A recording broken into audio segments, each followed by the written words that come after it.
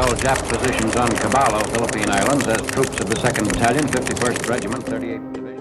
My name is Ashley Alcantara, and today I will be discussing Filipino grievances against Leonard Wood, where I will be covering the historical background and Leonard Wood's appointment as Governor General. The year is 1916. After nearly 2 decades of American rule, the Philippines is on the brink of change. A promise has been made, independence is near. But with the arrival of a new Governor General, Leonard Wood, and a mission that declares the Filipinos unprepared, what seemed like a future full of hope quickly turns to frustration. I'll be walking you through how these events contributed to the grievances that arose during his leadership and the challenges that kept Filipinos from the freedom they desired.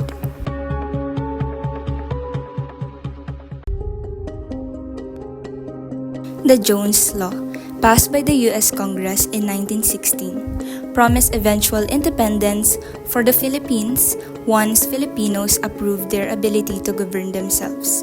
This sparked optimism as the law also led to the Filipinization. It is a process of increasing Filipino participants in government and administrative roles, particularly in positions that were previously held by Americans during the colonial period. It aimed to prepare Filipinos for self-governance and gradually replace American officials with native Filipinos. Under Governor General Francis Burton Harrison, 1913 to 1921, Filipinos gained more political power, which created high hopes that independence was near. Many believe that Jones Law was the first step towards freedom, and they expected the U.S. government to recognize their progress.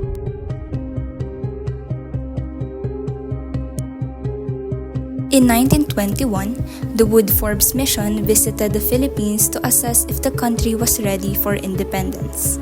The mission concluded that Filipinos were not yet prepared due to corruption, political instability, and lack of unity.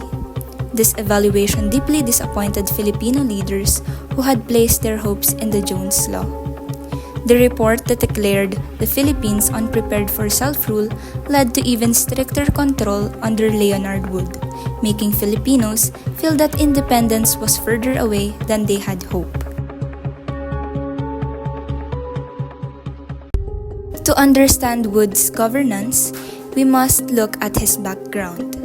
Before being appointed Governor General, Leonard Wood was a U.S. Army general with a career in military leadership. He had served as the military governor of Cuba and the governor of the Moro province in the Philippines. Known for his strict, no-compromise approach, Wood's leadership was shaped by his military background, where he emphasized discipline, order, and control.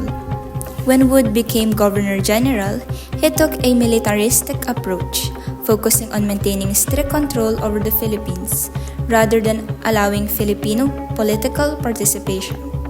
This approach contrasted with Harrison's more democratic style, angering many Filipinos who hope for a more self-governing system.